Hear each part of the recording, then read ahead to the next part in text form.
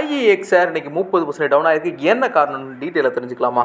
வாங்க, நான் உங்கள் ஃபினிக்ஸ் இந்தியா சதீஷ். 24/7/2025 இன்னைக்கு நம்ம மார்க்கெட் ஓப்பன் ஆகி ட்ரேட் ஆகிட்டு இருந்தது நெகட்டிவ்ங்கிறத நம்ம பார்த்துட்டு இருந்தோம்.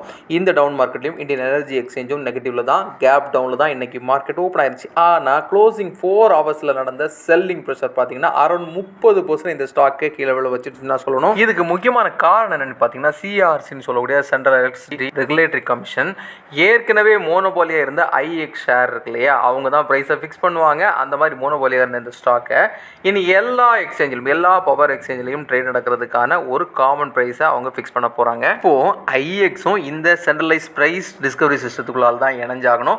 இப்போ அவங்க சிங்கிளாக ப்ரைஸ் ஃபிக்ஸ் பண்ண முடியாது. அப்போ ஏற்கனவே மார்க்கெட்டில் 90% மேலே மார்க்கெட் கேபிடலைசேஷனை வச்சுட்டு இருக்கக்கூடிய இந்த IEXக்கு இழப்பு வர்றதுக்கு வாய்ப்பு நிறைய இருக்கு இல்லையா, அவங்க வால்யூம் ரெடியூஸ் ஆகிறதுக்கு வாய்ப்பு நிறைய இருக்குல்ல. இந்த சென்ட்ரலைஸ் சிஸ்டம் அவங்களோட வால்யூமையும் ப்ரைஸ் கண்ட்ரோலையும் அதே மாதிரி ப்ரோக்ரேஜ் மூலமாக அவங்களுக்கு வரக்கூடிய இன்கமையும் ரெடியூஸ் பண்ணும்போது அது இன்வெஸ்டர்ஸ்க்கு பயத்தை கொடுக்க தானே செய்யும். லாஸ்ட் இயர் செப்டம்பர் வாக்கில் அரௌண்ட் 244 ரூபான்னு சொல்லி ஒரு ஆல் டைம் ஹைக்கு வந்த இந்த ஸ்டாக் அதுக்கு பிறகு டவுன் ஆகிட்டு ரீசெண்டாக லாஸ்ட் மந்த் ஜூன் மந்த் திரும்பவும் 215ங்கிற ஒரு ப்ரைஸுக்கு வந்துடுதுங்க. அந்த ஸ்டாக் தான் இன்னைக்கு 132 ரூபா ரேட்டில் க்ளோஸ் ஆகிருக்கு. இன்னைக்கு மட்டும் அரௌண்ட் 30% இந்த ஸ்டாக் ஃபால் ஆகிருக்கு.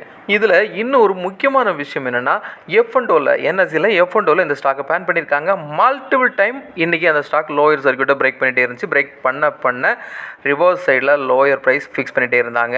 அதுக்கு பிறகு தான் இந்த 30% வரைக்கும் வந்து டச் ஆகி க்ளோஸ் ஆகிருக்கு. இப்போது இன்வெஸ்டர்ஸும் பேனிக் ஆகிருப்பாங்க. எந்த டெக்னிக்கல் சார்ட் எடுத்து பார்த்தீங்கன்னாலும் அதில் பெரிய பிரேக் டவுன் தான் இருக்கும். ஷார்ட் டேர்ம் ட்ரெண்ட் வீக்காக தான் காமிக்கும். அப்போது ஒரு இன்வெஸ்டராக இந்த பேனிக்கை எப்படி ஹேண்டில் பண்ணணும்னா, இந்த இடத்துல நீங்கள் பேனிக் செல்லிங் பண்ணுறது அவ்வளோ கரெக்டாக இருக்காது. ரெகுலேட்டரி ரிஸ்க்குங்கிறத நம்ம அண்டர்ஸ்டாண்ட் பண்ணி தாகணும். லாங் டேர்ம் இன்வெஸ்டராக இருந்தால் ஒரு கிளாரிட்டிக்காக வெயிட் பண்ணலாம். அதே மாதிரி இந்த கம்பெனியோட குவார்டர் ஒன் ரிசல்ட் எப்படி வருது, அதோட ரெஸ்பான்ஸ் எப்படி இருக்குங்கிறதையும் பார்க்கலாம். இது எல்லாத்தையும் விட நம்ம எப்போவுமே சொல்லுவோம் இல்லையா, எப்பவும் எல்லா இன்வெஸ்ட்மெண்ட்டையும் ஒரே இன்வெஸ்ட்மெண்ட்டை வச்சிடக்கூடாது, ஒரே ஸ்டாக்கில் வச்சிடக்கூடாது, ஒரே மியூச்சுவல் ஃபண்டில் வச்சிடக்கூடாதுன்னு சொல்கிறோம் இல்லையா. டைவர்சிஃபிகேஷன் ரொம்ப ரொம்ப முக்கியங்க.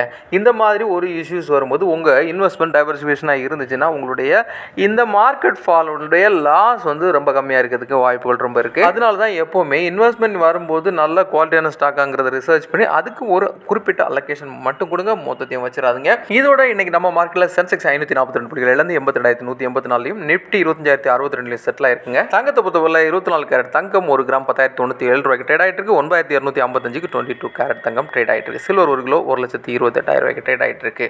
இவ்வளோதான் இன்னைக்கு முக்கியமான செய்திகள். நாம எப்பவும் சொல்ற மாதிரி இது முழுக்க educational purpose, not recommendation. See you tomorrow on the super topic.